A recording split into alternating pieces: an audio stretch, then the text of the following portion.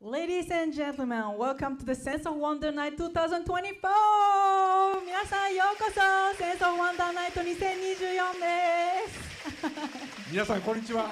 Hello everyone, 司会を担当させていただきます。 I am the moderator for the event. My name is Kiyoshi Shin, the game journalist. And I'm also the moderator. I'm Isabel. So this is taking place in Makuhari Messe this year as well. And are you familiar with the sound? Yes, I am. And this is 17th Sense of Wonder Night. Can you believe that? You know, if it's 17, you are graduating from high school. And this is first in-person event in 5 years. And you can hear the sound of Pico Pico, right? Yes, it was 2019 when last time we had an in-person event. And 17 years ago, the first Sense of Wonder Night was taking place in a restaurant called Noah. It was an even smaller venue, and I remember people were close to each other, and we continued the event for 17 years, and we are grateful. But I do have a vivid memory, but time flies. That's correct. You know, we had a live streaming, we had an event in a bigger venue, and today this is where we are. There must be some people who are watching the Sense of Wonder Night for the first time. So can you introduce the concept? Yes, a Sense of Wonder Night is an event that aims to discover game ideas that will trigger a sense of wonder, meaning a feeling of something changing in people's world the moment they see or hear the concept. Yes, this year,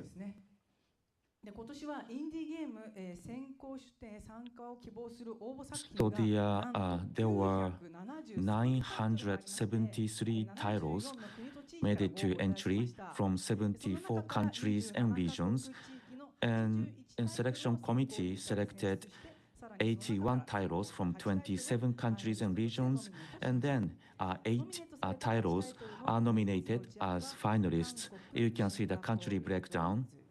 One title each from South Korea, Singapore, Germany, Italy, and the US, and 3 titles from Japan. Shin-san, you have the all-time high number. 4 years ago, we had 286 titles.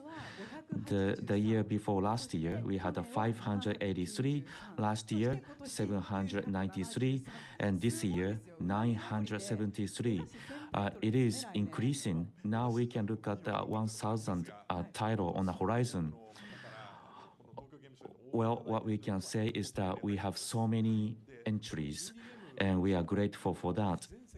So around the world, we have higher awareness about indie games, and we see a thicker layer of the gaming developers. Especially recently, we hear the passion from Middle East, Asia, and also South America.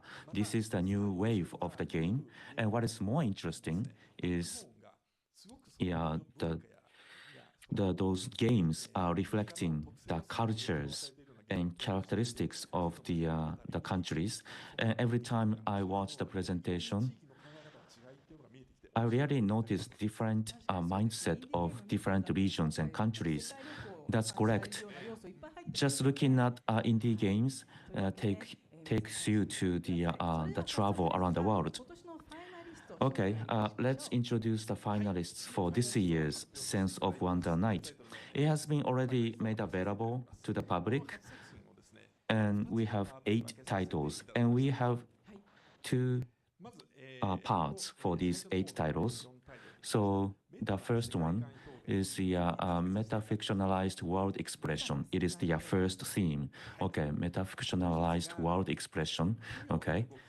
And the second theme is strange movements. They are interesting themes. Well, they are short but very interesting themes, and we categorized these 8 games into those two themes. And we look forward to the outcome of the Sense of Wonder Night. And we are offering a prize for the winners of the awards. We have technological game, arts, experimental game, game design, and presentation. So there are 5 awards, and winners of these awards will get $500 each.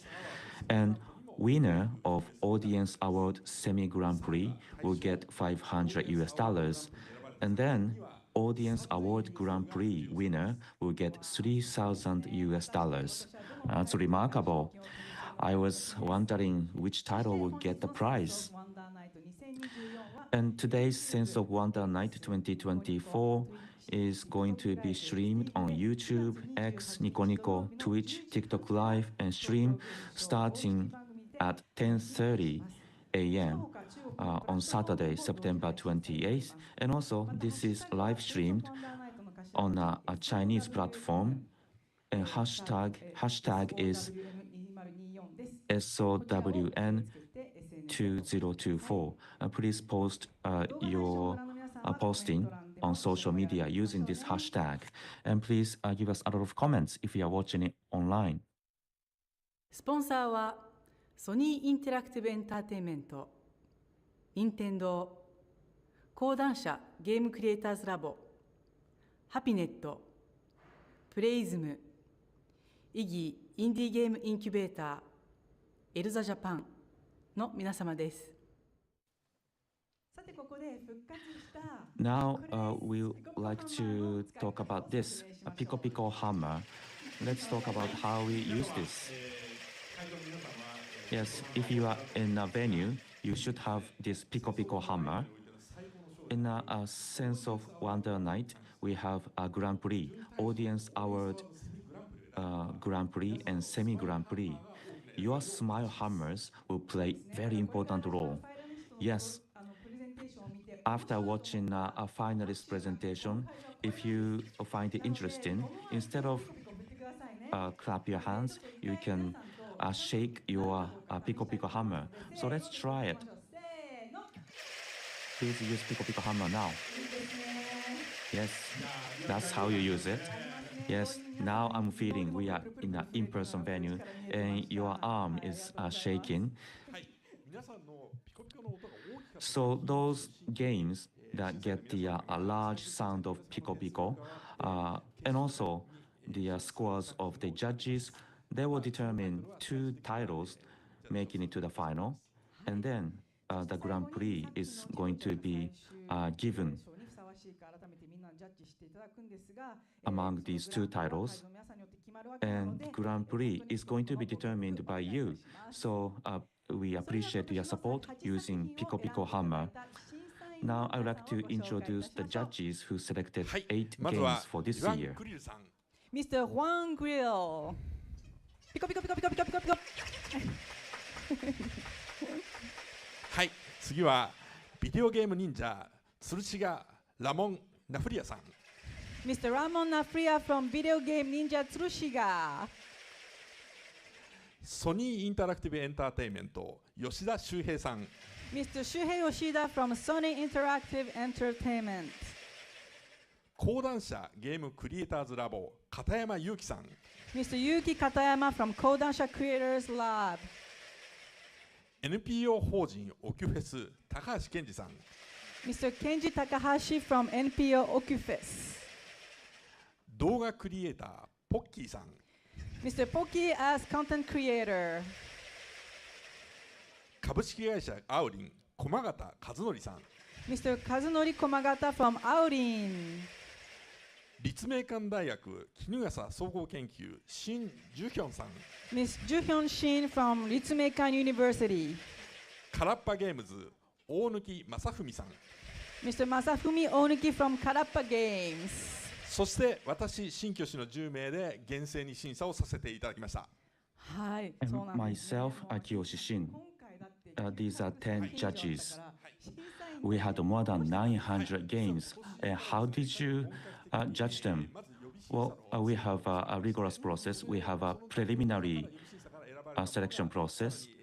And those games that got through the process are judged by our judges. And it was a very hard process. We achieved this because of the support from so many people. So thank you for that. I think you worked overnight. Yes, I heard that people worked overnight. So thank you for that, and thank you for your contribution today. So we are going to start the presentation of 8 games for this year's Sense of Wonder Night 2024. These are the first 4 games, Metafictionalized World Expression.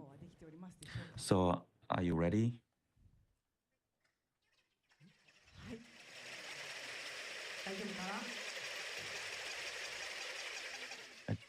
Are you ready for the presentation? So can we go on introducing them? Okay, the first game. So please support them with the Pico Pico hammer. From the Republic of Korea. 未解決事件は終わらせないといけ That ない no から case should remain by unsolved. Somi. By Somi.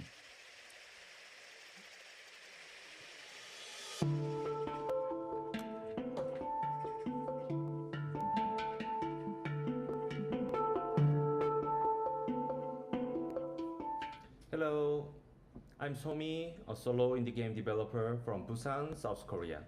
I've been developing games since 2014 and have released 6 titles so far.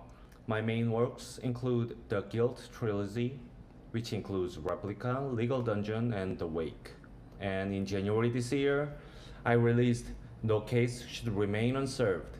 No Case Should Remain Unserved is a detective puzzle game where you help a retired police officer to solve a cold case by finding and reassembling fragments of her memories. Like putting together a jigsaw puzzle, determining who was speaking in a conversation and in what order the statements were made, will help players realize why a girl's disappearance remained unsolved for years. I hope you will enjoy my game, and it is available on Steam and Nintendo Switch now. Thank you so much for inviting me to Tokyo Game Show and selecting me as a part of the Sense of Wonder Night. It is a great honor to me. Thank you very much.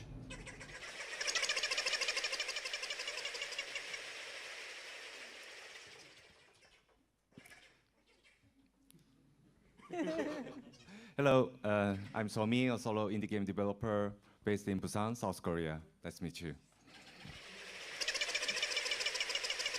Okay, I'd like to introduce my game, No Case Should Remain Unserved, which is released on Steam in January this year. No Case Should Remain Unserved is a puzzle adventure game where you find scattered and fading pieces of memories and connect them to solve cold cases from the past. A police officer already retired from the force is suffering from dementia. Despite her fading memories, she struggles with the guilt of not solving the disappearance of a girl 12 years ago. Players dive into the officer's mind to find and connect fragments of her memories in order to discover the truth behind the cold case. The game has 2 distinct structures. First, there's the memory hunt. This is inspired by the way we search for related content on social media by clicking on tags and clicking on people to find their profiles. The overall design of the game is similar to social media applications that players already use, such as TweetDeck. So it is easy to learn how to play and immerse yourself in the game, even with minimal tutorials. The second is deciding who the memory is told by and when. Ooh, I'm sorry. This was inspired by a novel titled Anne by Japanese author Shusuke Michio.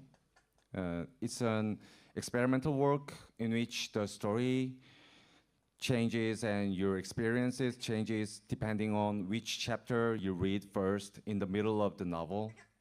I wanted to create a game like that. Thank you. So players play the game like putting together a jigsaw puzzle, looking at the content, tone, and context of memory fragments to try to piece together who said what and when. When the puzzle is complete, they will be faced with a surprising twist and a new story. The games I've made so far, like Replica, Legal Dungeon, have generally been about exposing the absurdities of a society and shining a light on the darker side of things. But when I started thinking about a new game in 2023, I knew that I had to make something different because I felt that there's all kinds of hatred and anger in our society right now, and that people are living their lives alone, enduring discrimination and attacks.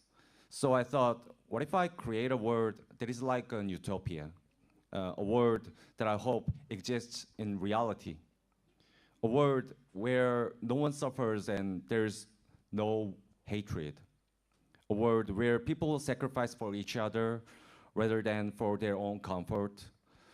Through this game, I wanted to give a small comfort to someone who is in solidarity with others, extending a helping hand without expecting anything in return. That's it. Thank you very much for the honor of having my game selected for Sense of Wonder Night. Thank you very much. ありがとうございます。Thank you very much. 감사합니다. はい、それでは審査員のよりコメントをいただきたいと思います。Then let's have remarks from the judges. Any comments that you can give? Yes, it's fascinating to create narrative through puzzles. I think your game, let's leave aside the fact that the narrative that you put in this game is super important. The fact that you tied all these puzzle elements and I'm discovering what the truth is through playing a game that resembles more like a logic game, but is revealing parts of the story. That's I think the key element in your game. And thank you for bringing up stories like this one, because it's very important that games do have stories like this one. Thank you. Thank you very much. はい、ありがとうございます。Thank you very much. Thank you very much. あともう一人お伺いしましょう。 And ポッキー let's さん。 have そうお願い comments しても from よろしい another ですか？ judge. Mr. Pocky, please.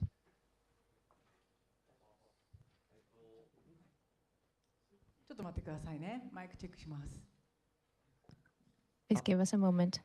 僕もこのゲームやってみてすごい斬新 I で played this game and I thought it is very new, a puzzle for people who are not good at puzzle games or this kind of games. You start with a first-person point of view. It is very easy for you to immerse in the game, 苦手な方とかでも楽しめる作品になっている and it is a title that can also be enjoyed by people who are not good at puzzle games. And まあ僕はすごい then the names and titles will be revealed as the story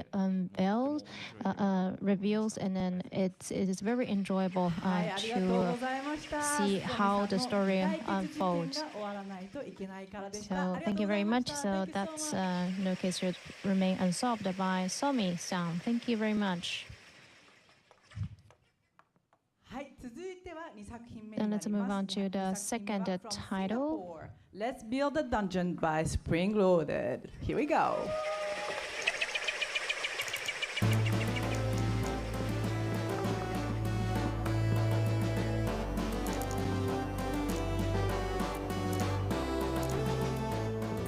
Konnichiwa! Watashi no namae wa James desu. I'm going to take you on a tour of our studio, making a game about a studio making a game. Spring loaded! In our game, Let's Build a Dungeon, you get to manage a team of developers, much like I manage this team of developers. They draw monsters, dungeons, and buildings in order to make an amazing RPG, just like players in our game also get to make an amazing MMORPG. These developers get paid with real money, unlike the developers in the game that you pay with virtual money. Look, this is Caesar. I hired him for my studio, but you can hire him too, or someone just like him to work in your virtual studio. These are our old games. This is our new game, Let's Build a Dungeon, which of course is our best game. Thank you for including us in the Sense of Wonder Night at Tokyo Game Show. It is a great honor.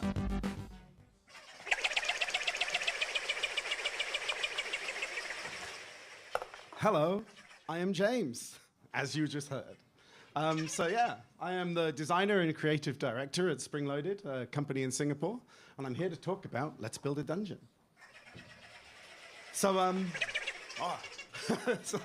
after our last game, Let's Build a Zoo, I wanted to make a game that focused on one of my passions, RPGs, but I also wanted to do something that was really refreshing and new, and something that hopefully hadn't been seen before. So I thought about what it is that all of us as game developers know better than anything else, and that's game development. And I asked myself, why is there no simulation game that delves into the deepest possible aspects of our industry? There's nothing that is hyper-realistic, that explores what it's like to employ people, come to shows like this one, deal with people like Microsoft and Nintendo, deal with just all the stresses of user acquisition, everything to do with our industry.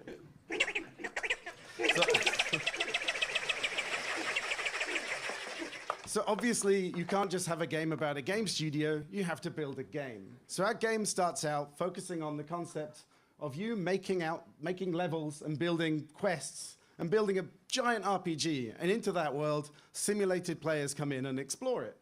It can be real players as well online, but it's initially just simulated virtual players. How would you know if your game was actually well designed? Well, again, we just look at our real jobs. We use analytics to determine what things are happening in your world. What quests are people dying in? Where are they dying? How long are they taking them? So, for example, if you have a quest to beat a giant boss, but people are dying in the first room, being killed by a really terrible skeleton, you can lower the damage on that skeleton. You can move them. You could increase the damage that the swords do that the people are holding, the heroes themselves, but obviously doing that will mean that the characters become stronger and throws off the entire balance of your whole game. So this analytics system shows heat maps and basically everything that you could ever want from an actual development environment, but also allows you to react to players in real time. If you, for example, make a quest that can't be finished, players will respond by leaving you a bad review. So that's the game part. But then the second layer of the game is actually running your studio. So here, you employ people, you work your way through milestones. As mentioned before, you have things like proper user acquisition, where you build advertising campaigns and use channels like Reddit and Twitter and other things like that to kind of get your players. And if your rating is better on Steam, our virtual Steam, of course, it becomes cheaper to actually attract players. It's such a great game to make because literally every day when I'm at work, everything I do, I'm just like, oh, I haven't put that in the game yet. I'll put it in the game. So obviously, what's the point in building a game and running a studio if you can't even play your own game? So we actually allow you to drop into the world, run around, experience your quests, and experience all the stories that are written by your team of designers, which is, I guess, me, but in the game you have a team of designers. So yeah, we actually have a branching path quest selection where we have 5 full RPGs, and you can dynamically bounce between them based on your choices. So for example, you might want to build a RPG entirely focused on cooking and running your restaurant. But then you decide to throw one quest in where someone can go out and do some combat. You'll see that your guy, instead of buying his ingredients, he might just wander off into a dungeon and kill monsters to collect his ingredients. So beyond that, if we build all this, what's the last step of making our game a real simulation of the entire industry? It's building a game engine. So actually, as you develop your studio, you can unlock tools that allow you to go in and do dialogue editing, draw pixel art, build logic trees, and make any game you want. Our feature set at launch will allow you to actually do a remake of a game like Skyrim, for example. And we plan to expand beyond that, looking at classic games like Space Invaders and Bomberman, and going even in other directions that people wouldn't expect us to. And in the end, 10 years down the line, for example, we expect this to be a fully featured game engine in which you can make any pixel art game you want. And we're approaching it from a side of how do people think they make games rather than looking at programming as a kind of, if you look at something like Roblox, for example, you have to script your conversations, but we build a conversation editor. Logic, we approach it from the way the gamer would think about logic rather than the way we've all been broken by being programmers. So yeah, that's our game, in a game, in a game, in a game.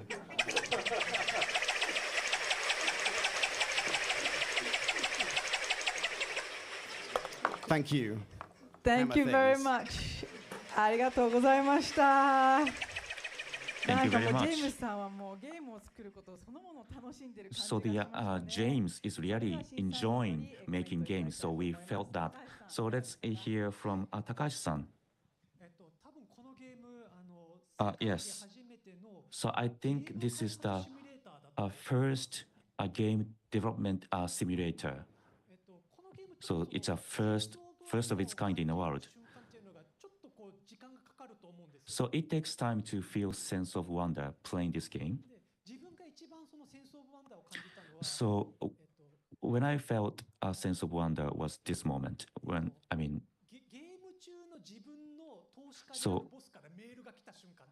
so I received the email from the boss, investor. So that was when I felt a sense of wonder. I don't think that normally gives people a sense of wonder. That gives me a sense of terror and horror.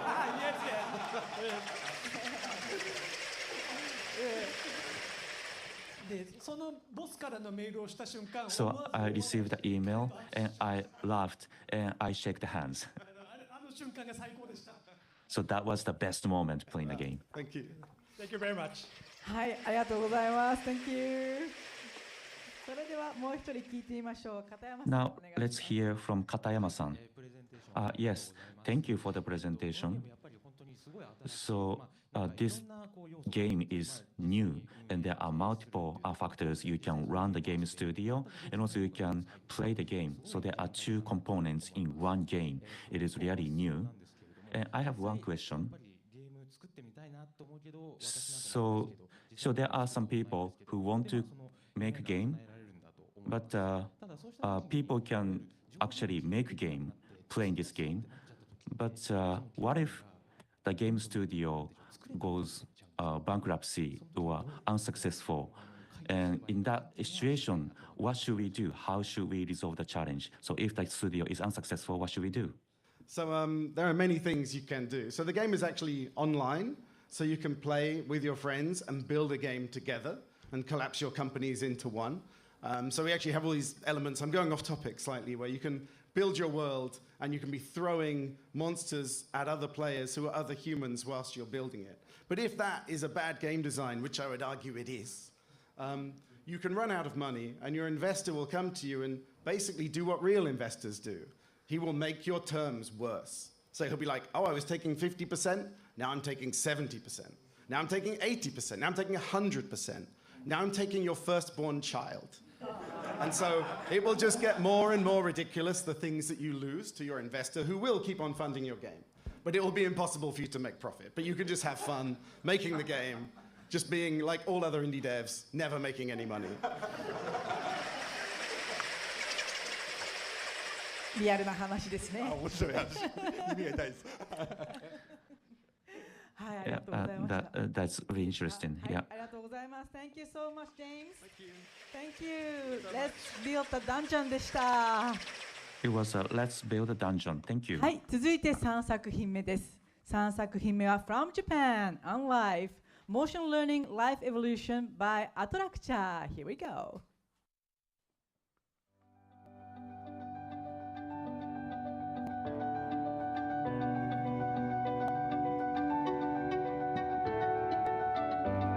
皆さんこんにちは。人工生命クリエ Hello イターの everyone. 中村です。 My name is Nakamura, creator of Artificial Life. Please watch this video. AI がゼロから動きを学習していく This is an AI learning motion from scratch. 私はこういった人工 It looks cute, right?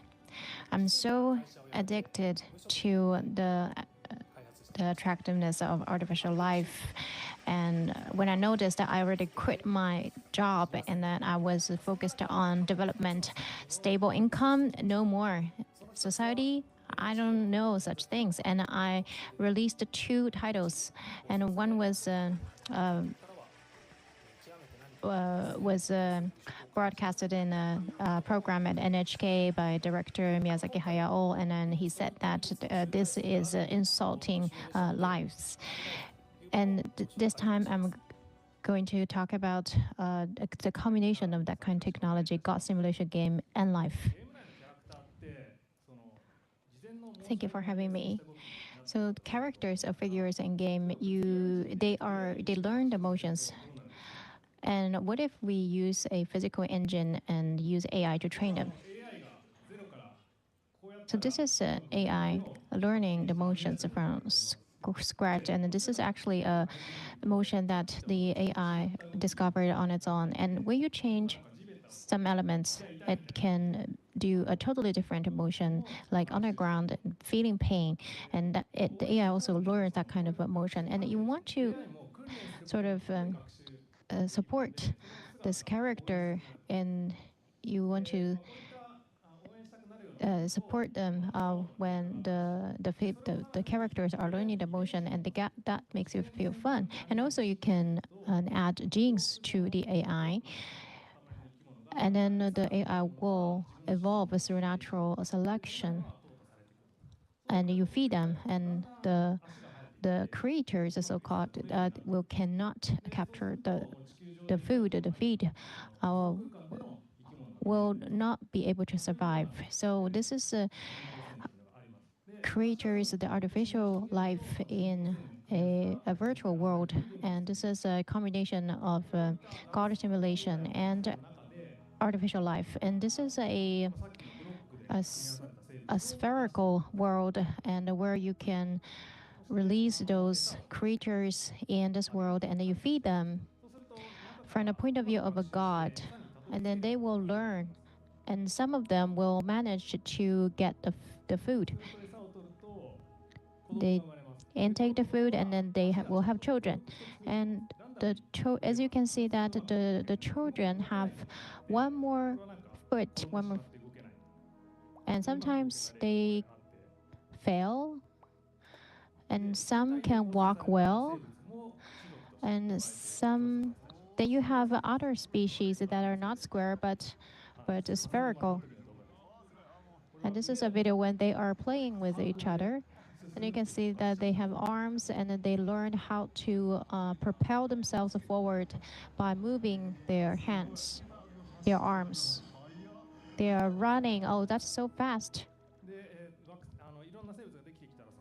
And now you have a lot of different creatures, and now this is in the sea. You create a new creatures, and you feed them, and they're going to take the food. And then once they succeed to take the food, and you can see that they develop new joints. Now the planet gets bigger, and you can also create creatures in the sky. So you can create flying creatures, and they will learn the motion in accordance with the shape of their body, and the planet gets even bigger, and you can create a world that you desire, and you can create your unique creatures. These are very strong survivors. And there's a long-legged species. And they, at some point, they realized that their legs are too long, and they started to shorten their legs. And now you see that they convert into a very similar species. So it's like all creatures will become something like crabs. And you can create rooms that they will evolve on its own, and they will become creatures with interesting shapes. Some of them can walk on 2 legs. They can stand up. And there are 2 concepts in this game, good and bad. And you can do something bad. You can drop this fire, and you can burn the things that you don't like, so then you can accumulate the evil karma, which will enable you to release more powerful attack. And you can change the environment, and these are aliens, alien species. You can create your own world.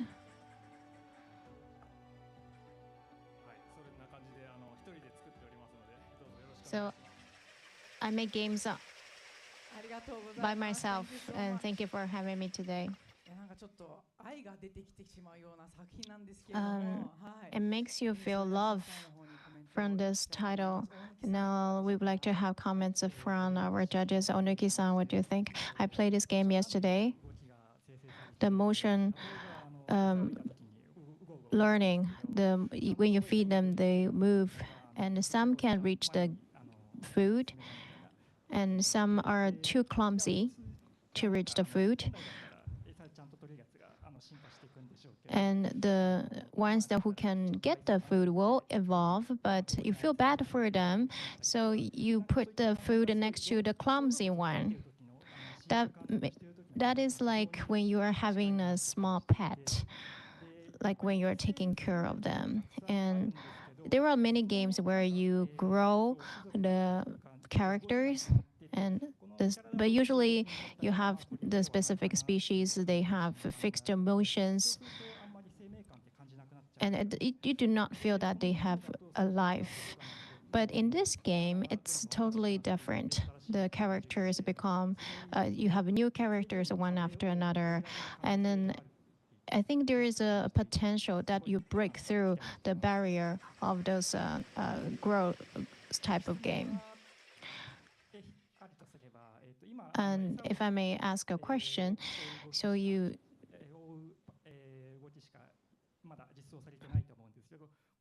currently only have the move to place the food. So what kind of additional moves do you have in mind? The creatures are in a group, so I think communicating with each other is a factor. For example, when they touch the food, they absorb the food. But actually, they can also move the food and then accumulate the food, gather the food. So there will be like roles, different roles. Some will eat the food, some will gather the food, and I want to do this kind of communication depending on different environment, but I haven't been able to do that. Thank you very much. Komagata-san, please. Thank you for your presentation. And I understood this game better, and I'm more convinced now. All the creatures, I thought that I had to have all the creatures survive, but I heard that you can actually, they will go through natural selection, and then some of them will not survive. And I felt terrified that some will die actually.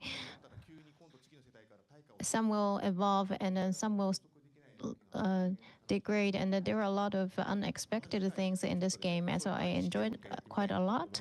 So I'd like to, when I play it next time, I'd like to change my mindset. Thank you very much. So that's Life Motion Learning Life Evolution by Nakamura-san. Thank you so much. Then moving on to the fourth title. Cinema by Trinity Team. Here we go.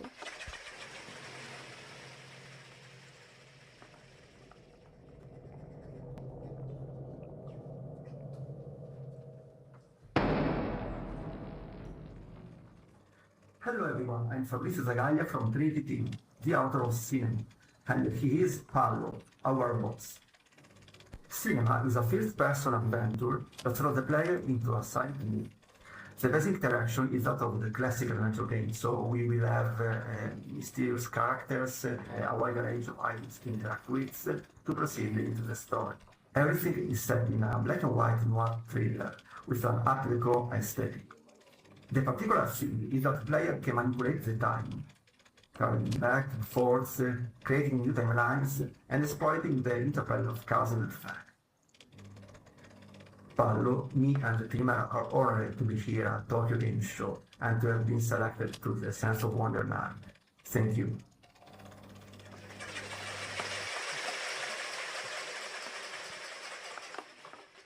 Hello again, I'm Fabrizio Zagaglia of Trinity Team from Italy. Okay.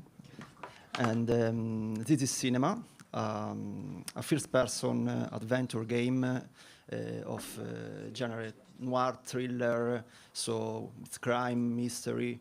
And the particular thing is indeed the player can manipulate the time. And on the visual and aesthetical side, cinema is inspired by all the silent movies. So, for example, of course, Lumière, Méliès, but also new directors, more recent one like David Lynch or Christopher Nolan. On the gameplay side, the game is subdivided in two layers, the upper layers and the lower layers. On the upper layers, the player can act like a director. So there's an editing board where there's film strips that represent a timeline. The timeline is subdivided by several frames, and each frame represents some kind of scene of a movie.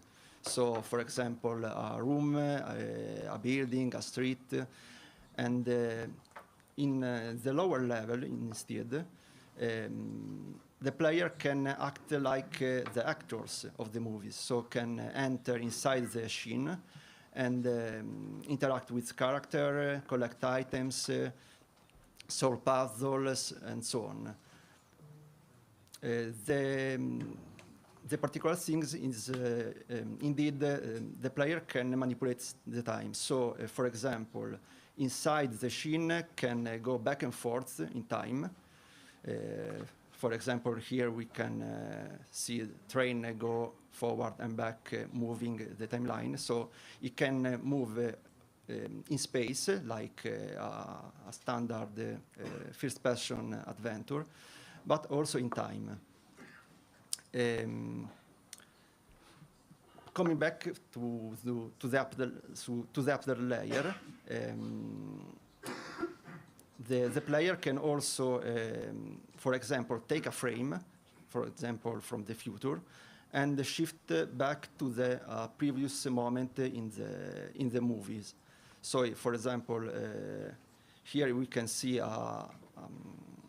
the player can take a frame from a city in the morning, moving back the frame on the left. He can play this scene in a previous moment of the game. So there's this kind of time shift also inside the scene, but even on the upper level as director. Doing some special action inside the frame let the player create new timelines. So, for example, here we can see that the player do some action, and doing this action create a new branch of timeline. So the player can, for example, take an item from the new timeline, use it in the previous timeline. So there is this kind of mix of time and space, and that's the core gameplay of the game. Thank you. Thank you. Grazie mille. ありがとうございます。はい、それでは Thank you 吉 so 田さん、 much. いかがでしたか。Yoshida-san, what did you think? Yes. Yes. When I saw this submission in the movie and materials, and definitely this game has two distinct features. Obviously one is the use of silent movie as a vehicle to do the narrative. And I don't remember any other game that have done that in a totally black and white and silent way. That really was kind of shocking, when the other feature is the time manipulation, very complex kind of puzzle adventure, which I totally didn't understand how it worked. But because of that presentation in silent movie style, that really made me intrigued and wanted to try the game. And I was able to try the game yesterday, and I enjoy the game. So I think it is very smart for you to choose that silent movie style to make your game stand out and make people want to try, because the gameplay itself could be really difficult to communicate. So in your early development phase, which came first, the use of silent movie style or the actual gameplay idea? At the moment, I think the gameplay side. So we have to build up the puzzle side. So it's not easy to think about puzzle both in space but also in time. So the current challenge is find this kind of enigmas puzzle that match the progression inside the story. So. Yeah, okay. And the use of silent movie style save you money for hiring voice actors, so that's really good. 本当ですね。Thank you. ありがとうございます。 Ciao Fabrizio. I have to say several things about your game. First of all, is that the art style is impressive, so congratulations. I have to say that you have put some references, for example, Metropolis. Recently, I watched Metropolis, that is based in a novel from 100 years ago. And if you see it now, it's like a modern movie. So it's something that is pretty interesting that you bring this old cinema to now, because really it deserves it. But related to mechanics, I have seen things from my point of view. 428 Shibuya, that is a game that received a 40/40 in Famitsu long time ago, and Eleanor. But I don't know if they are your inspirations or you have another inspirations in terms of mechanics. Actually, I didn't take inspiration from other game directly, but is more at things of emotion experience I get from movies. So I saw some movies. I thought, yeah, that could be a good game. Some part of this movie can be good for example, the time elements. Another one from aesthetics. And I mix all these things. Thank you very much. Thank you. Thank you very much. Grazie Fabrizio. Grazie mille. ありがとうございました。 Thank you very much. ファブリツィオさんのシネマでした。 It was cinema by Fabrizio. Shin-san, so we finished the first 4 games. How do you feel? You wanted to make comments, right? Yes. Well, we have a lot of social media factors in many games. So, the no case should remain unsolved, and let's build a dungeon. And they used those aspects, so it was very interesting. So we have 4 games in a latter half. So the second theme is strange movements. Playing the games, it gives you strange impression. Let's move on to the second half. From Japan, Who Pizza by Doi Nobuhiro. Here we go.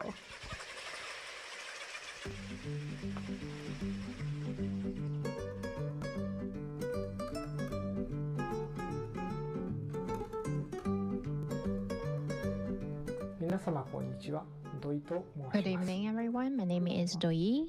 I work as a software engineer,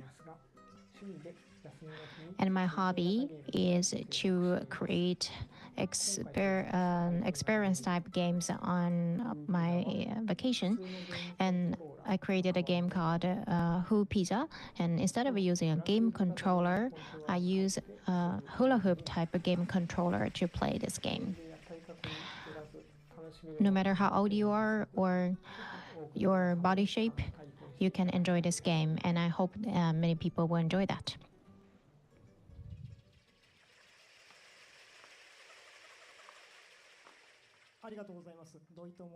Thank you very much. My name is Doi. I'm very honored to be here. And today I'd like to present my new game, Who Pizza.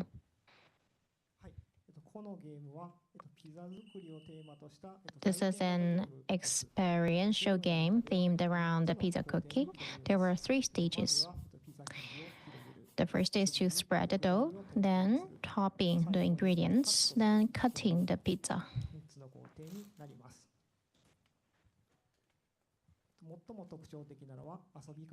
The biggest feature is how to play.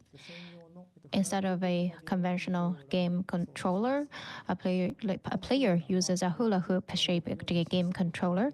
The controller can detect 4 motions. For example, during a game, you can spin the controller, the hula hoop, then you can spread the dough. And it might be hard for you to imagine, so I'm going to do it for you to show it how it's done.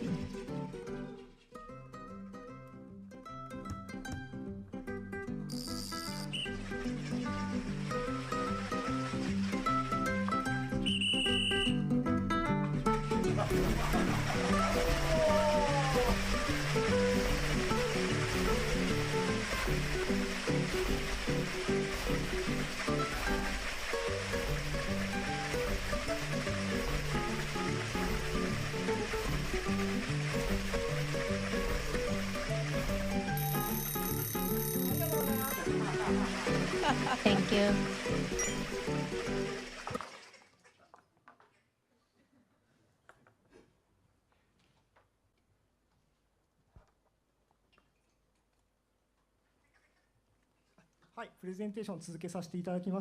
Let me move on. This is the mechanism of the game controller. So there is a microcomputer and an MIU embedded inside the hula hoop to detect motions. And the sensor is used to analyze and detect motions. This is how it looks like when the players play the game.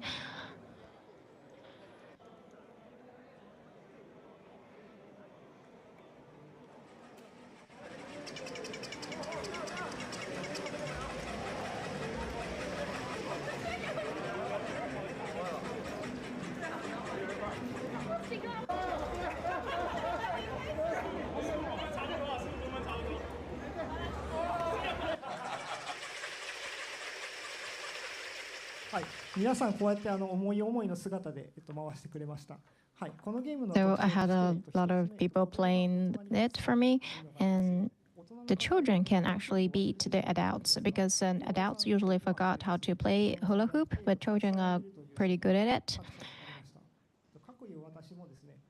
And also for me, when I developed the game, I also forgot how to play hula hoop, and so I always failed. And it's enjoyable for both the players and the audience. For example, when your friend is doing it, you can support your friend, or you can also annoy them. So everybody can enjoy, even if you feel it's difficult, you fail, but everybody can laugh about it. And also you can exercise while playing games. And let me just introduce a very interesting player.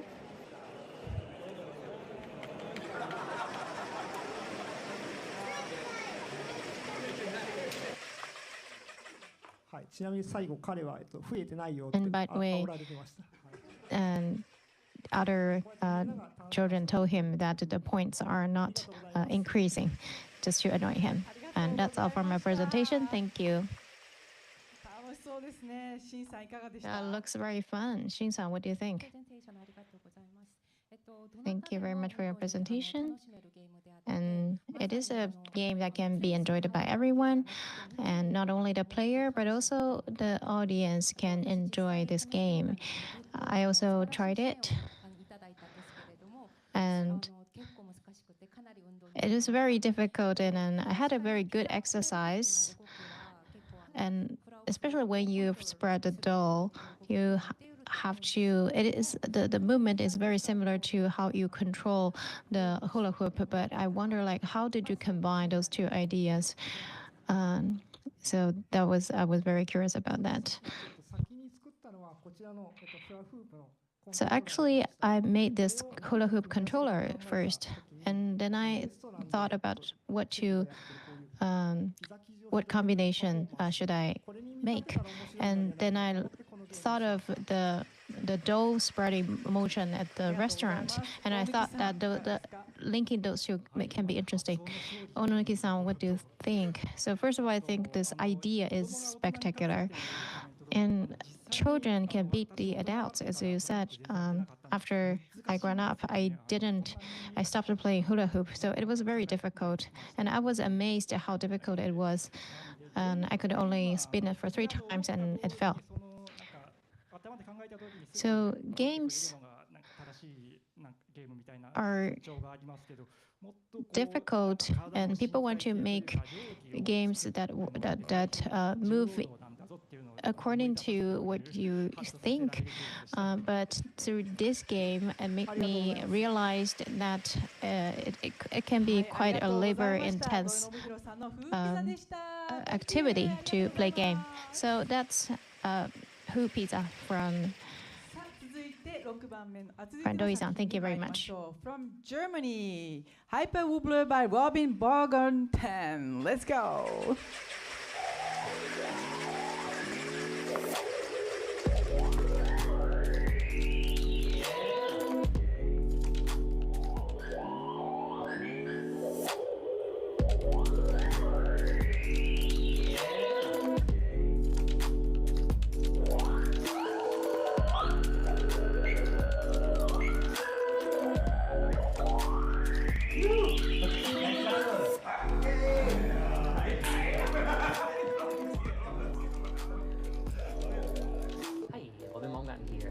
Philip Heldorfer. I made Hyper Wobbler, which we're going to be showing at Tokyo Game Show this year. It's our newest weird wobbly springy experiment going back all the way to 2015 when I made Line Wobbler, which I also showed at Tokyo Game Show. And I'm still wobbling, still making weird experiments, so come check it out at Tokyo Game Show 2024 this year. Have fun. Yes!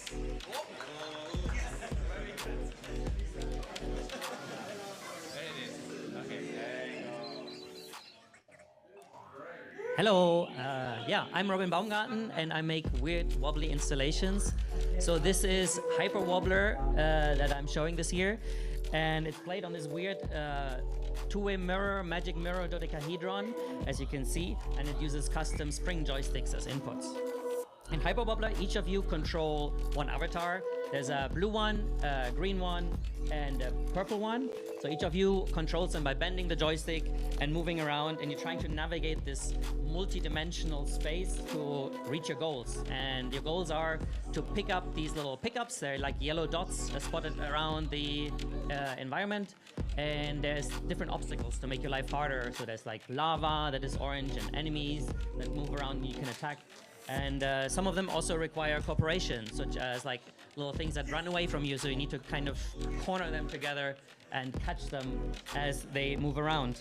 And so there's different levels of different increasing difficulty, and it ends in a big boss fight, and that's the whole experience.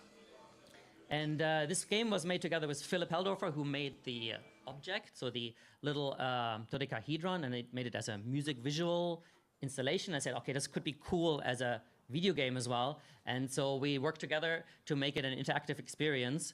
And I've shown you here some footage of how we built it. So there's like 3D printed corners, little aluminum frames, and we put LED strips inside to animate them. And there is the magic mirror glass that we're cutting on laser cutters. This all happens in Berlin in our big workshop. So it's quite fun to get physical and do these physical installations. Here you can see the power supply. Everything runs on a little Arduino. It's like a mini computer running its own little language. And here you can see our quality inspector hard at work. This is my little dog. You can follow her on Instagram. Her name is Quesadilla. I think she's a little confused. And the joysticks are actually from a game you might know. They're from Line Wobbler, which I showed here 8 years ago. And it's a spring joystick. And here I show you a little making of. So I have these springs. They're all custom made for me in a spring factory. These are 3D printed knobs. And then there's like a sensor. And it's all soldered together, as you can see here. This probably looks very clumsy because I needed to do it one-handed while holding the camera. But this is a little motion sensor that has an accelerometer and a gyroscope, and it's combined to figure out how you move the spring. And it goes inside the spring, as you can see in the next step.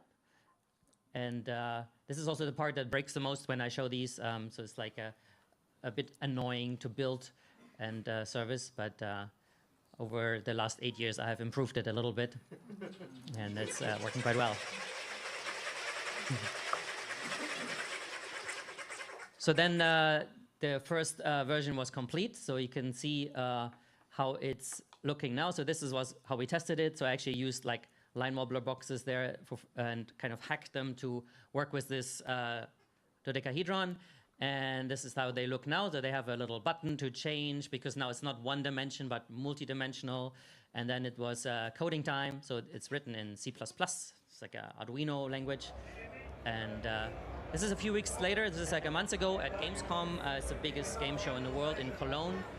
So there's a stress test, and people managed to break it a few times, but it was good. But it noticed it was too big to transport, so it's this massive box, and in the airplanes, the people looked at me weird, so I built a smaller version that has also LED strips on the outside that I noticed were necessary after the first playtest. So you can see some nice ASMR video of me peeling off the plastic. But that's basically how it looks now, and that's the newest version, and I tweaked the gameplay a bit to make it easier to play. This is me on the way to here, and that's how the game looks like now. And it is using the same similar gameplay that I explained earlier, and I tweaked it to see how it can make better and easy to understand for people, and how it works with this sculpture, and that's how it is now. So thank you for listening. Thank you. Danke, danke. すごい綺麗なゲームですけど、駒形さん、 It is a beautiful game. Komagata-san, you played this game. How did you feel? It was interesting, very interesting. So you have to play it in order to understand how fun it is. But in a nutshell, there is a yellow, the game with the yellow Pac-Man, and this is kind of the great game to simulate that. And you have to use a joystick to move forward and stop, and you have to collect orange dots, and there are some obstacles you have to overcome. But and once you understand the rule, that makes it more interesting. So it was really fun. So those who are watching, this is inside the black box of indie area, so please play the game. Thank you. And I have a question. So are you going to sell this Hyper Wobbler in the future or no? Yeah, so I think it's not going to be a commercial product that you can buy in a toy shop, but I see it more as an art piece. So maybe I have it at museums, at festivals, at exhibitions, maybe a small number of pieces, but maybe it's not that cheap then. 駒形さん、買う気満々ですからね。So Komagata-san, you want to buy it, but it's not going to be cheap. Okay, Takashi-san, do you have any comments? Well, 80 years ago, in this Sense of Wonder night, I played the Line Wobbler, the first one, and I recommended the game for the Grand Prix. And so 8 years ago, I didn't think there will be, you are not going to add anything, or you are not going to subtract anything. But this time, you went beyond my imagination. You surprised me with how it has evolved. So I was really surprised. So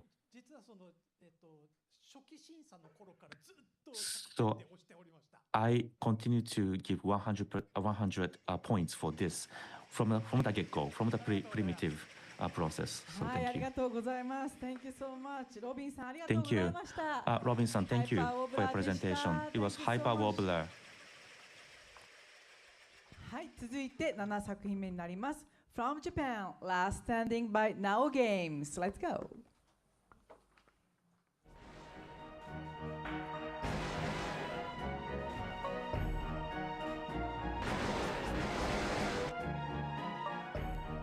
こんにちは。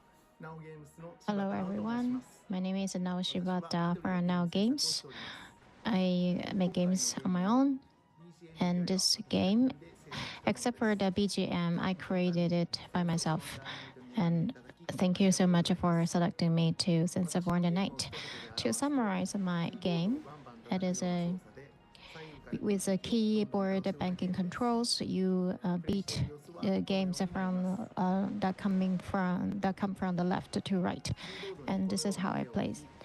You put your hands like on the keyboard, and then you look at the enemies on the left and the right, and you bang the keyboards with both of your hands. And I'm going to explain why I made the control like this.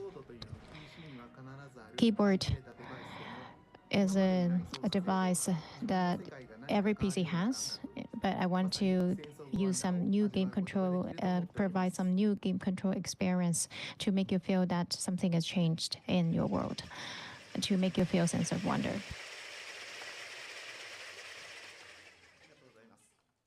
Thank you very much. Let me introduce my game, Last Standing.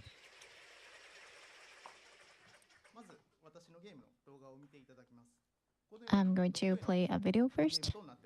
So this is a 2D action game with dotted illustrations. From left and right, there will be enemies, and you need to beat the enemies, and you compete the number of the enemies you beat it, and then there's a feature in the gameplay and the game control, and this is how you control how you play the game. The left side of the keys are for attack, and the right hand side for the right attack.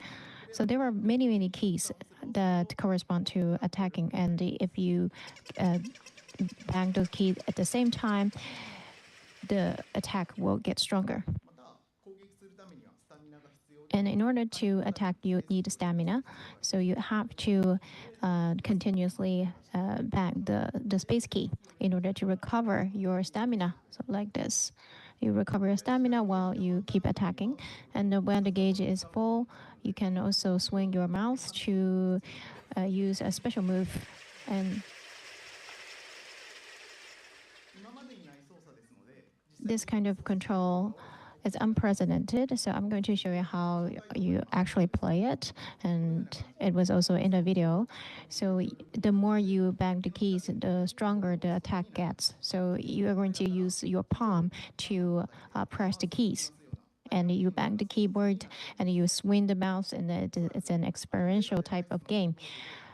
And you can use the keyboards to play as a game that this is, I think, an unprecedented type of game. And the purpose of the game is to compete the number of enemies you beat, and there are 6 types of stages and 6 types of player characters. And let me show you the stages, and this is the boss of stage 1 phalanx, and they will chart in a mass group. And this is the boss chariot of the desert stage, and it attacks you one after another. And then next is the forest stage. The boss is a priest. With a jump attack, you call out the enemies, and then the enemies will attack you in group. And This is not a boss, but this is a stage in Japan, and the camera is fixed, and there will be enemies falling from the ceiling and also from the ground. And you can buy items that are sold randomly, and you can the assortment will increase when you achieve some conditions. And you can also enjoy it in a roguelike way. There were 45 types in total. When it's game over, not that everything is going to be reset. You can use your XP to permanently strengthen the status of the player. And the more you play, the more advantage that you get. And you can play this game. It's a very sustainable game. And also you can buy items from the merchant, and this is the video for that. And there are many types of items. And this is a iron ball. And this is an item to slow down the enemies. And this is a rolling stone. And this is an automated attack. It's an experiential type of game, and with the game control, I'm also thinking of shifting to a consumer version, and also to use the gyroscope type of function. I want to install that into the controller.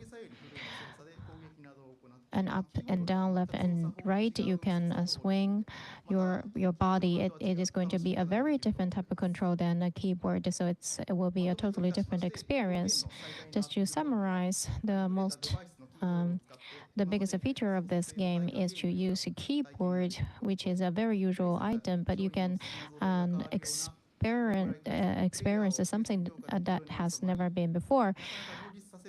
And when you play, you also encounter a different assortment from the merchants. So there are some roguelike elements, and it's also a very sustainable gameplay, a lot of elements, and so it gives impact. And also, as a game, it's very fun.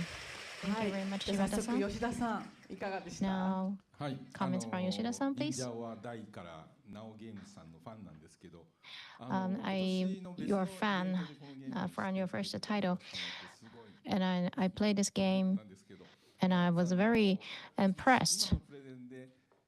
And listen to your presentation, I was impressed again with the last slide. So you said that the impact that was not there before, and also a game that is replayable. And the more you play, the more fun you feel. So that might be the most important thing. And the keyboard banging idea, where did it come from? Like, were you frustrated with something? Like, how did you come up with that? Actually, I don't really remember.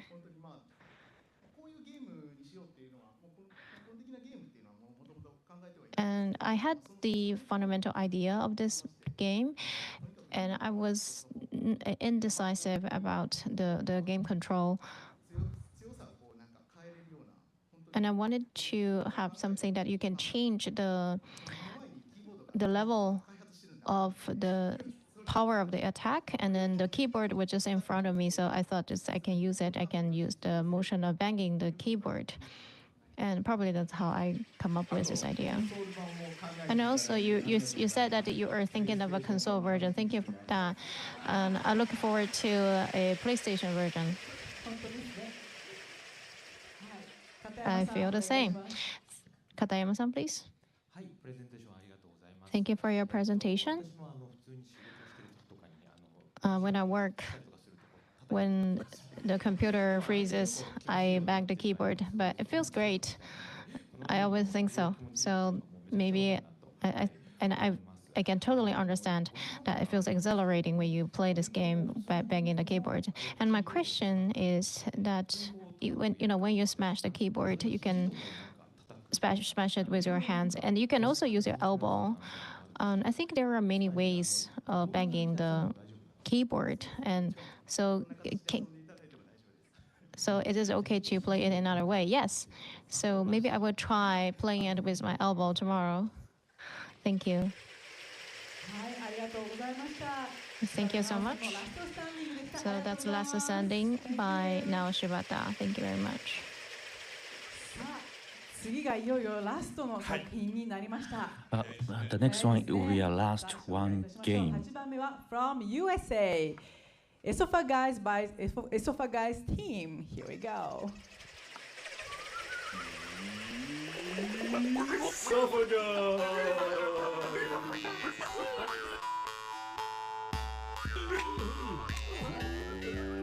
Konnichiwa. Welcome to Esophagus. Stretch your necks with 1 to 4 players, embarking on a journey to reunite your people. Working together, wiggle your way through trials of trachea, challenging your guttural grips. Compete in a variety of minigames, clashing neck to neck in bouts of tourney.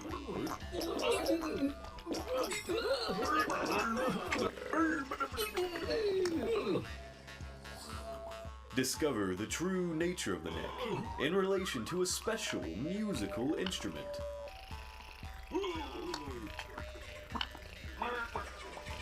Esophagus is coming soon to PC and consoles. Domo. Arigato.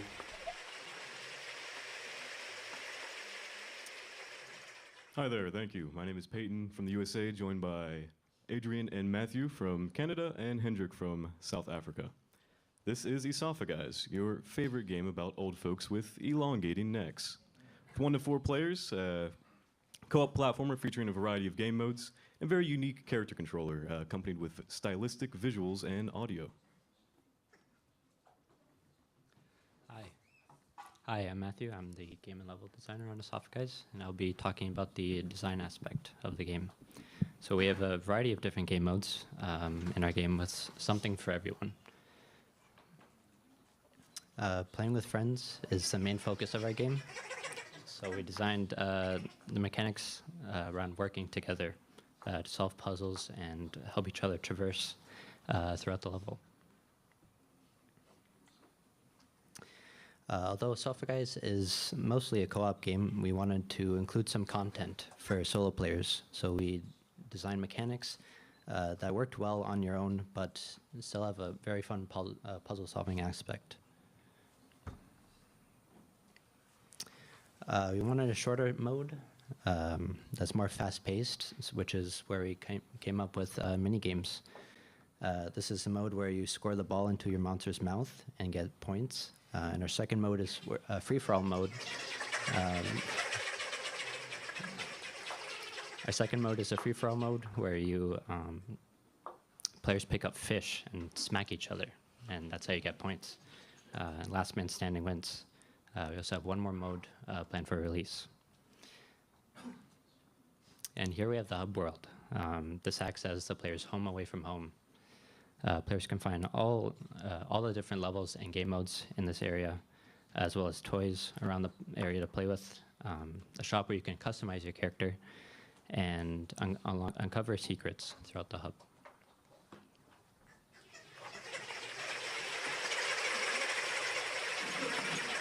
Hi, I'm Hendrik.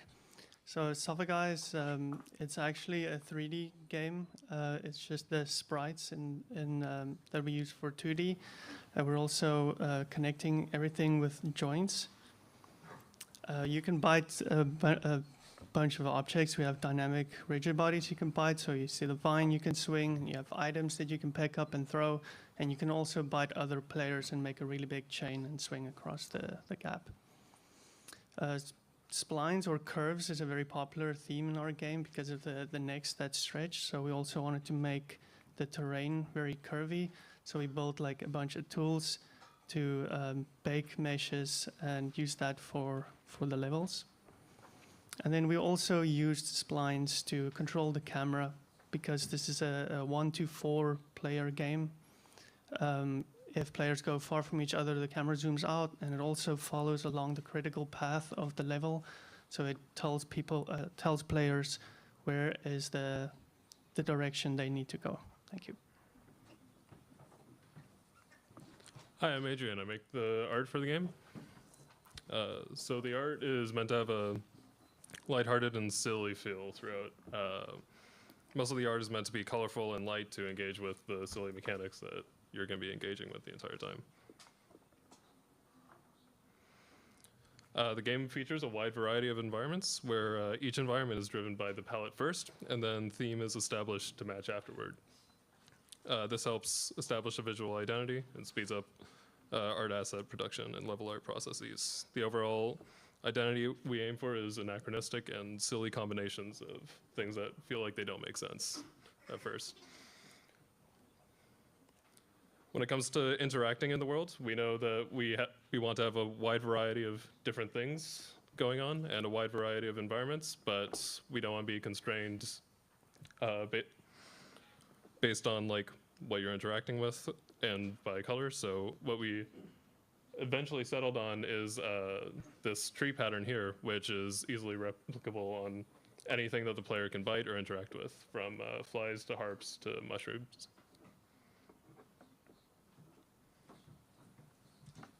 So the audio in Esophagize is unique as well.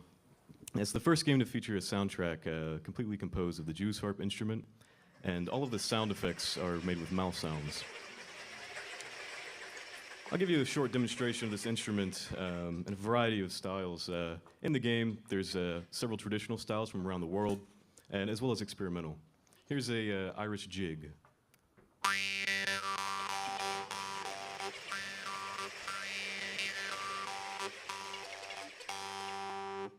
I will also give a demonstration with an Austrian tune with 2 harps.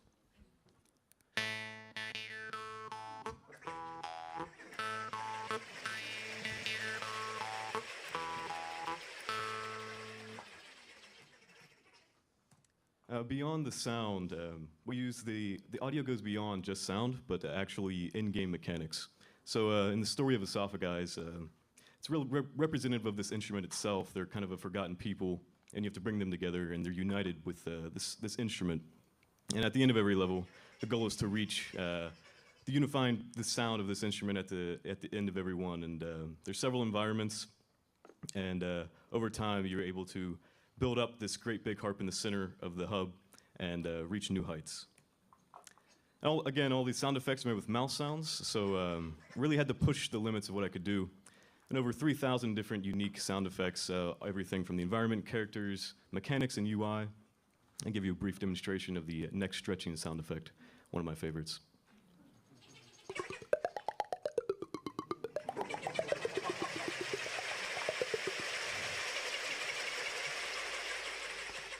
And thank you very much. Thank you very much. ありがとうございます。あんな口でできないよね。すごいですよね。So it's great that you can make that sound with the mouth. So Poki-san must have something he wants to say. Yes, it's interesting just by watching it, and if I play, that will be very fun. And I post a lot of videos, so I have not played this, but I want to play it. And neck stretching, and that makes it co-op kind of difficult, but you want to also try it, so it's interesting. But one question is, why did you decide to use Jews harp as the instrument? Why is that? The Jews harp instrument is all about the mouth and throat, actually. So just like the curvy terrain in the game, we wanted everything to be neck-focused. That neck-centric philosophy guides our hand. ありがとうございます。ありがとうございます。Thank you. はい、ありがとうございます。Thank you. シンさんもコメントお願いします。Shin-san, you have comments? So the middle-aged man stretching his neck is really funny, and I'm looking forward to releasing. And it's not only a single-player mode, and this is co-op mode, and that is one attractiveness of the game. So I want to play that. So thank you. はい、ありがとうございます。エソファガイスティームの皆さんでした。ありがとうございました。So thank you, the team of Esophagize.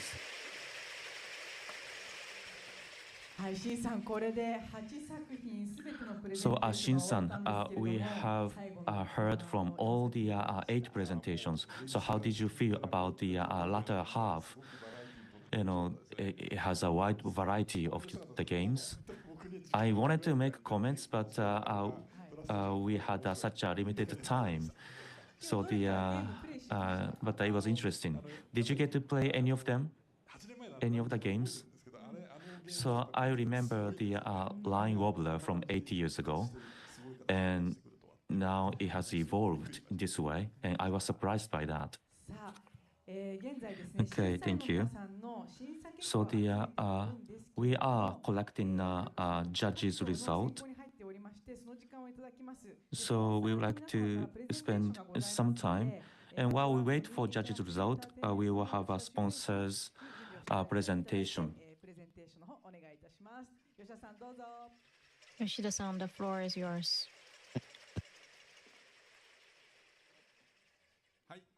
それではちょっとお時間いただきましたので、私今プレイステーションインディーズということで、been allocated some time.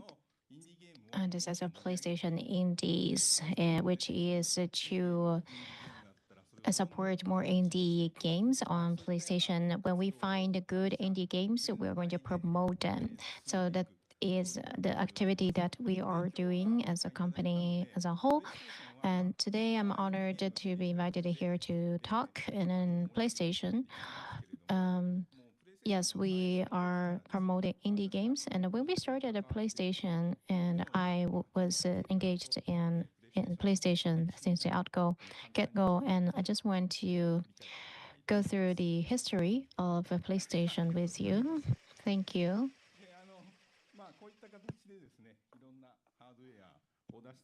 Many types of hardwares came out of PlayStation. When we develop hardwares, through the innovation of hardwares and use the hardwares, we want the game creators that can come up with new ideas and to bring innovation to the gaming, to bring sense of wonder, to create sense of wonder. That's what we hope for. That's the hope that we put in the creation of the hardwares. And for example, a PlayStation 1 CD-ROM and musics became available. And professional musicians, Matsura Masa-san, we had him as the game creator to create a Parappa Rapper. This is a rhythm action game. This is the first in its kind. And this is a title that I produced, Ape Escape, for PlayStation 1 for Dual Shock. So there's a controller with 2 sticks. Because there were 2 sticks, and we wanted to design a game that you can only play with 2 sticks. And similarly with PlayStation 1, Pocket Station launched in Japan, a memory card, a computer and memory card and a display are equipped with this hardware. And from PlayStation 1, you can download a mini game like a Tamagotchi, and you can grow your character and then feed it back to the PlayStation. So that's the game that we created, and we won the Game Award. I didn't produce it, my colleague made it. And from PlayStation 3, we started digital distribution, PlayStation Network. And this is the game, Journey, that was created from that initiative. And this is a very small game that you can finish it in 3 hours. And a USC student team created this as the 3rd title of the group, and they won the best game award of all kinds of major game award. So a small indie game can actually bring a huge impact. This is a historic moment, I think. And through the history of PlayStation, we've always celebrated game creators and the new game creations, and we are proud that we were able to support the game creators. And I've been in the game creation for a long time, and I also involved in the development of hardware. So I have the ideas of from the game creators. On PS3, the God of War team use their hands. The video viewer was connected to PlayStation 3 and use a sensor PlayStation of PlayStation and put it on your head, and you can use the movement of your brain as an input. It's a virtual system. And then when I visited the studio, I tried that hardware, and I became the one to create, and I went into the world of God of War.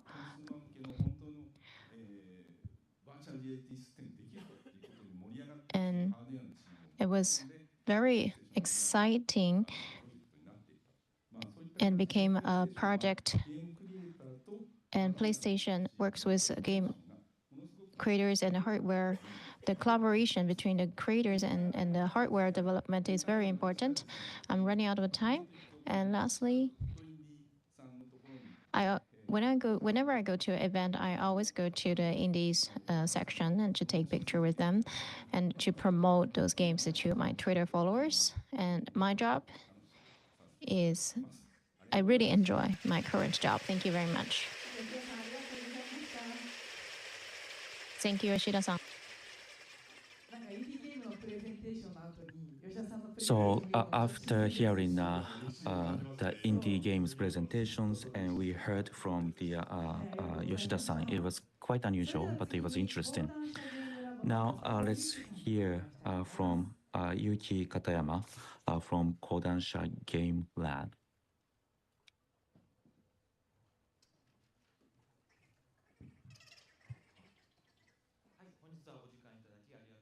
Thank you for taking some time.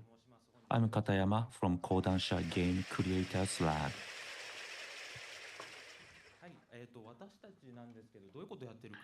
So I would like to introduce what we do. What we say is we offer the maximum of 10 million yen per year. Why don't you create the game you like? So this is what we do. So we have GCLA, Game Creators Lab Audition. You may be wondering why we are doing this. So we are a publisher of novels or manga. We have 100 years of experience, and Ghost in a Shell, Attack of Titan. So we have worked with a lot of writers, individual writers and manga artists. And we want to do more. So the game creators, individual game creators, these are the people we want to work with. We can be an editor, and we can work with them. So that is how it started. So we offer the contest would give an award for new writers or new manga artists, and we have meetings with the creators and support them, and then we move on to publishing, and it grows bigger to IP. So this is kind of the cycle we are focused on. So what can we do as editors? We can do anything. I mean, we can be a counterpart when the game is being created. We can advertise the games, and we can coordinate the schedule, setting certain milestone. And also, we give mental care for creators. Some creators want to talk to us even if it's middle of the night, and we are happy to talk to them. They may have some obstacles and some struggles, and we can listen to them. And also, we can introduce tax accountants. So it's not only about supporting the game development, but we can support game creators in many ways. Why do we do that? Because we want indie game creators to focus on creating their games. And we have been doing this for the past 3 years, and we have a lot of games. We have 32 games. Bokura really stands out. It has been played by many people around the world. So we want to have more applications for indie game creators. So please visit the website of Kodansha Game Creators Lab. If you are interested, please visit the website. Thank you. 片山さんありがとうございました。 Thank you so much, Katayama-san. いや本当にいろんなチャレンジが年々増えてます。 So many challenges every year. Yes, in Japanese market, there are many ways to raise funds, and I think it's a good thing. A good environment is being formed for indie creators. And before we announce the Sense of Wonder of Night Award, we would like to invite our indie ambassador Pocky to offer the awards for the Pocky Award. Please come to the stage. And we all come to the stage now. So Pocky, Mr. Pocky, please tell us your thoughts first. And every year I get to select the game titles, and I choose the titles from the point of view of a video creator. And from 81 titles, you chose the Pocky Award. It's quite tough, right? Yes. And I chose 3 titles for the Pocky Award, and I'm going to announce that. Yes, please. The first game is Rap Oji-san. Congratulations. And is he in the venue? Rap Oji-san, is he in the venue? No? We are going to give you the Pocky Award. Okay, he's not here. So sorry. We're going to deliver that to him later. And the second one is While Waiting, a game that you just wait. While Waiting, congratulations for the Pocky Award. Are you here at the venue? Can someone go and get him? Okay, the third one is Here Pier. Are you here? Yes, he's here. Great. This is the climax. The last person is finally here in the venue. Please come to the stage. Congratulations.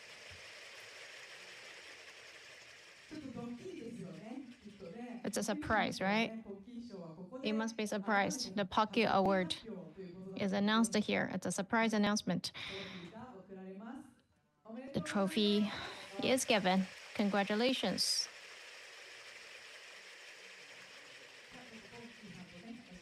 So Mr. Pocky, yes, take a picture with Mr. Pocky.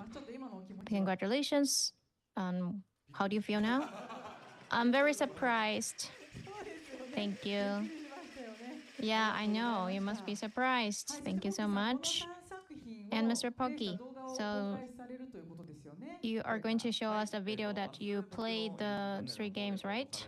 Yes, I'm going to post it tomorrow on my YouTube channel. Please take a look. Thank you. Congratulations. Again, congratulations. Now you may go down. Yeah. And we're going to bring the trophies to the other 2 winners. It will be a surprise again, and maybe Mr. Pocky can deliver that. That will be a huge surprise for them. So thank you very much, Pocky-san.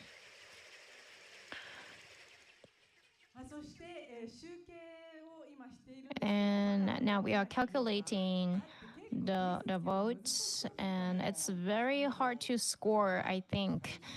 Yes, And yes, there is a very important role for the audience, and please stay with us till the end. And Shin-san, do you also score this time? Only the last part I'm going to judge. There will be two final titles, and the winner will be decided by your voting with the sound of the Pico Pico hammer. The judgment is, and I'm going to judge that with my very sensible ear. And are you really training your ear so well? Yeah, I've been doing it for 17 years, so I think my ear is actually deteriorating. Yeah, so please swing your hammer well. It is very hard to judge every year, actually. And at the end, we are going to choose from one of the last two titles. So that is going to be decided with the sensor of my ear. So are we still waiting for the calculation? Well, quite a struggle. It takes more time than usual. It probably means that it is a very close battle. And I look forward to the results. And, looking back the 17 years, so while we're waiting, what kind of memories do you have? In the beginning, even if you develop an indie game, there's no way to distribute it. And when smartphones came out, that's when you start to have the distribution channels, and then PC, and then now it's a given to sell the games online. And the history of Sense of Wonder Night is also in accordance with the development of the engine, the technologies, and things have quite changed over the past years. So we are seeing a larger number of indie games, and there are a lot of people developing games on their own. It's very interesting, and it's also a better environment for a game to become a blockbuster in the world. And we have a very bright and interesting future. I think the calculation is done. No, not yet. Need more time. What is going on? Can we finish the calculation today? And we're also running a little bit behind time. So how about Isabel-san? You've been the host for this program for a long time. I feel that it is easier to understand games, and in the past, even if I listen to the presentation, I struggle to understand the games. But when you see the experiential games, and also the way that the gamers make the creators make the presentation also got better. So when you look at the presentation, even if you're regardless of you being a layman or a professional, you can both enjoy the games. And also there are a lot of games, more games with that you can play with your body, not just with your computer, but you can play with your body. Like, especially Sense of Wonder Night tends to select that kind of game that you can understand instantly, intuitively. I think Shin-san, you must be struggling. The judges must be. Takaishi-san, can you share some of your thoughts?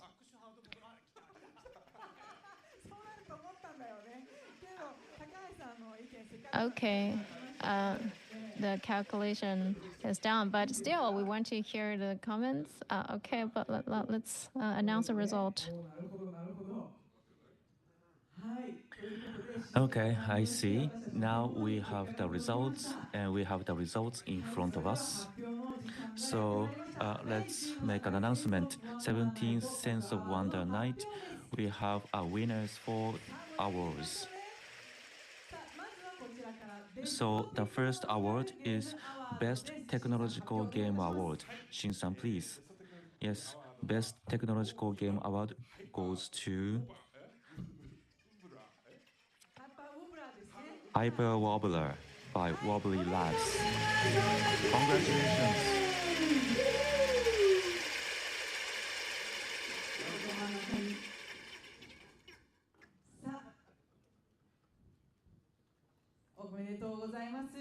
Congratulations, this is your trophy.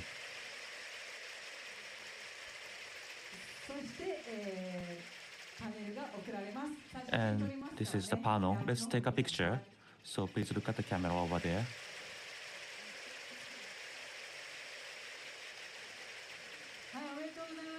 Congratulations.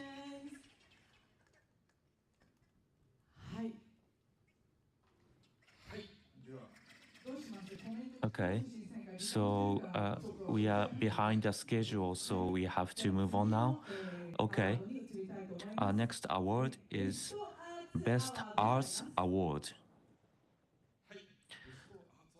Best Arts Award goes to Hyper Wobbler by Wobbly Labs.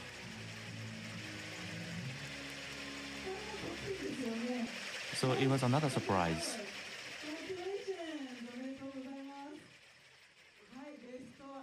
Well, so Best Arts Award went to Hyper Wobbler.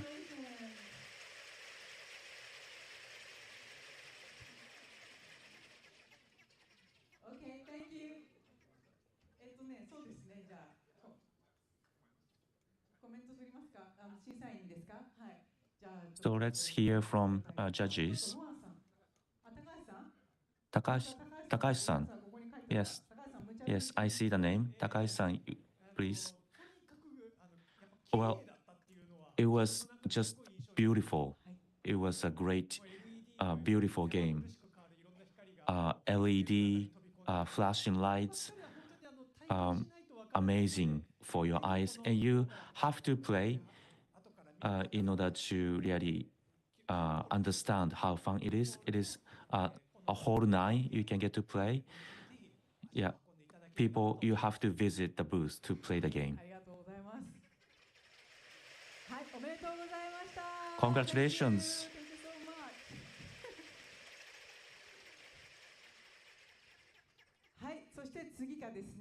Okay, our next award is Best Experimental Game Award.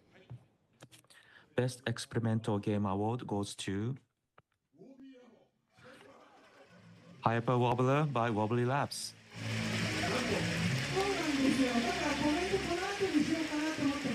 That's why I wanted to wait it for judges' comments later, but here it is. Congratulations.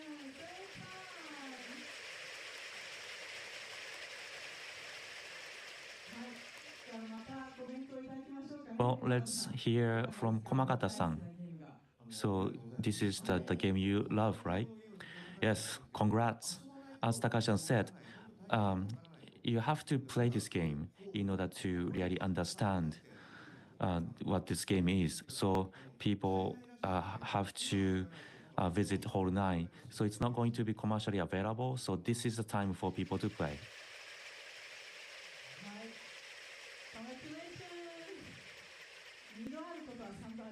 So we have a saying, what happens second time, happens third time. So I was wondering what's gonna happen next for the next award. Next award is Best Game Design Award. Best Game Design Award goes to No Case Should Remain Unsolved. Congratulations. So he came here first and he won the game, he won the award. Congratulations.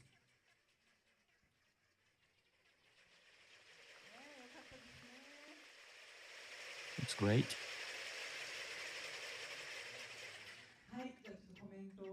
So let's hear the comments from Takashi-san.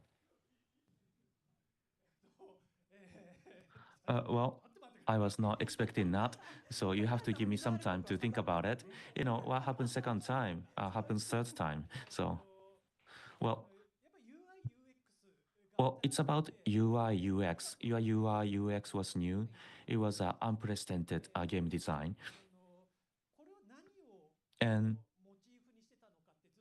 And I was wondering what was the motivation behind this, and then you mentioned the motivation and the PlayStation, and that really made sense to me. So thank you. Congratulations.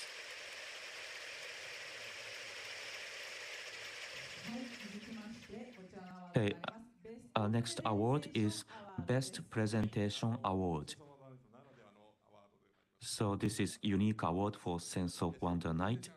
Best Presentation Award goes to Boo Pizza.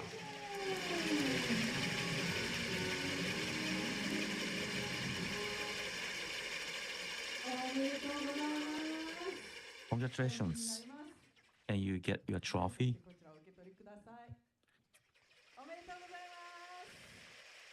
Congratulations. So let's have some comments from Ramon-san. Maybe you are not expecting the comments.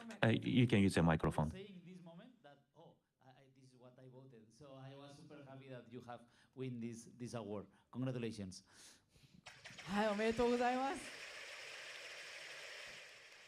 Congratulations.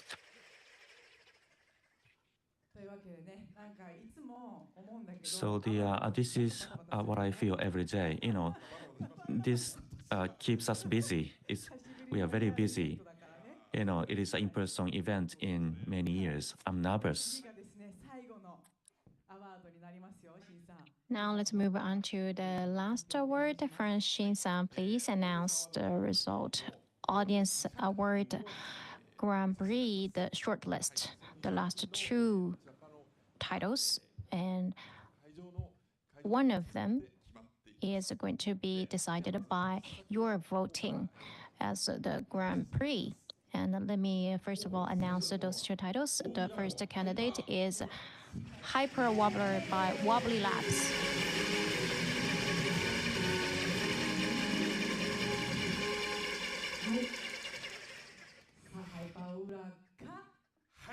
Hyper Wobbler, and the second candidate is Guys,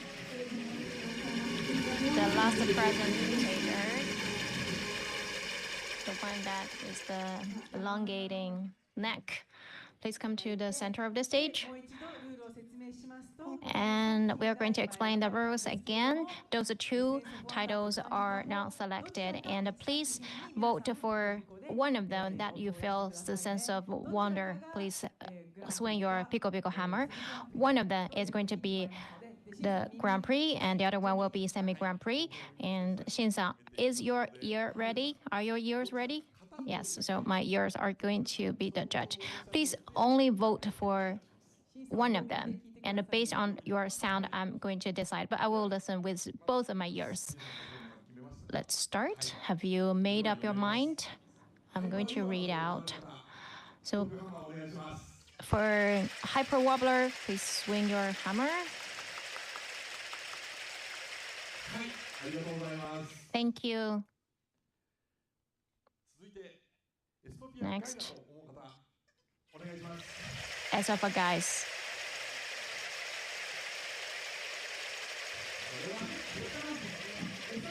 Hold on.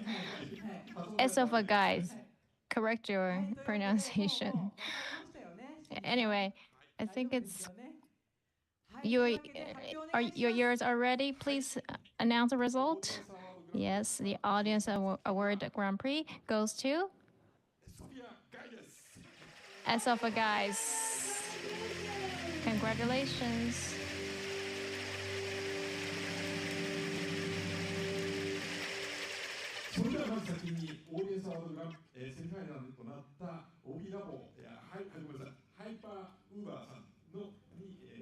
So now let me hand over the Audience Award Semi Grand Prix to Wobbly Labs.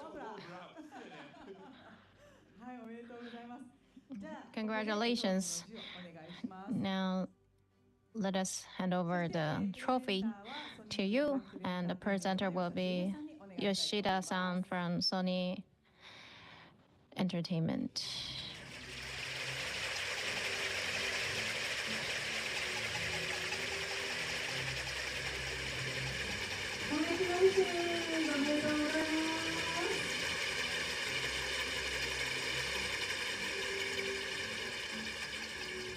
So I would like to ask you a little bit your feelings. I'm very happy, a bit overwhelmed, yes, a bit embarrassed. ですよね。もう結構総なめしましたからね、賞をね。おめでとうございます。 Yes, you got so many awards. Congratulations. はい。じゃあ、しんさん、次、お願いします。 And Shin-san, please move on. And now I'd like to give Audience Award Grand Prix to Sophia Guy. いや、なんかまだ違う気がするんで。Still, his pronunciation is wrong. Esofa guys. The trophy and the $3,000 prize. The presenter is Juan Grill.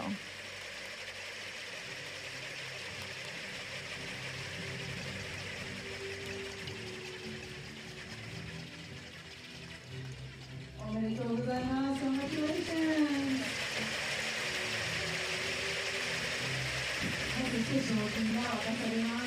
Now the prize is given $3,000.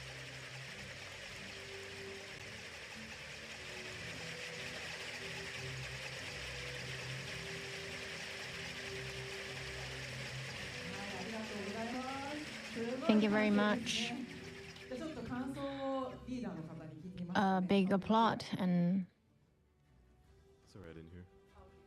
Oh, I feel great. Thank you very much. はい、おめでとうございます。 yes, congratulations. Must be a great feeling. はい、というわけでですね、本当におめでとうございます。 So with that, really congratulations. And now to the award winners and our finalists and judges, please come to the stage.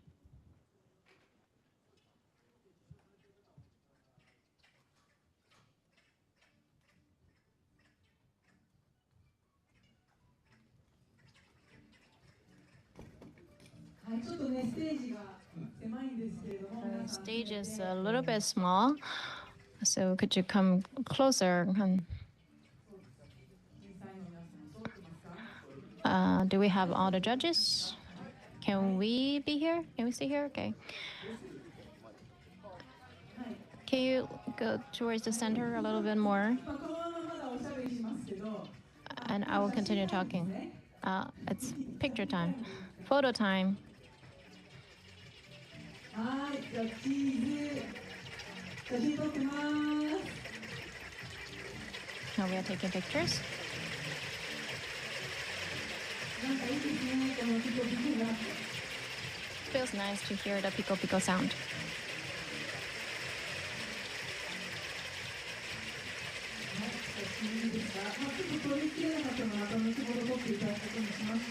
You can take photos later. And so Shin-san, this is the 17th iteration of Sensor Wonder Night, and we are coming to an end. What do you think? I only look at the last result, so I don't know the process of the calculation, but I think it must be in a very close battle.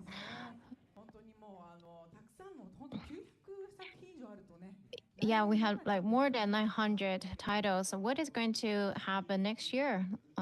It must be very interesting and exciting next year. And I hope that we will see the people this year, next year as well, and more new titles next year. And so thank you very much for the finalists and the judges and also the audience for your attention. And see you again next year at Sensor Wonder Night Tokyo Game Show. See you next year. Thank you very much. スポンサーはソニーインテラクティブエンターテインメント、任天堂、講談社ゲームクリエイターズラボ、ハピネット、プレイズム、イギーインディーゲームインキュベーター、エルザジャパンの皆様です。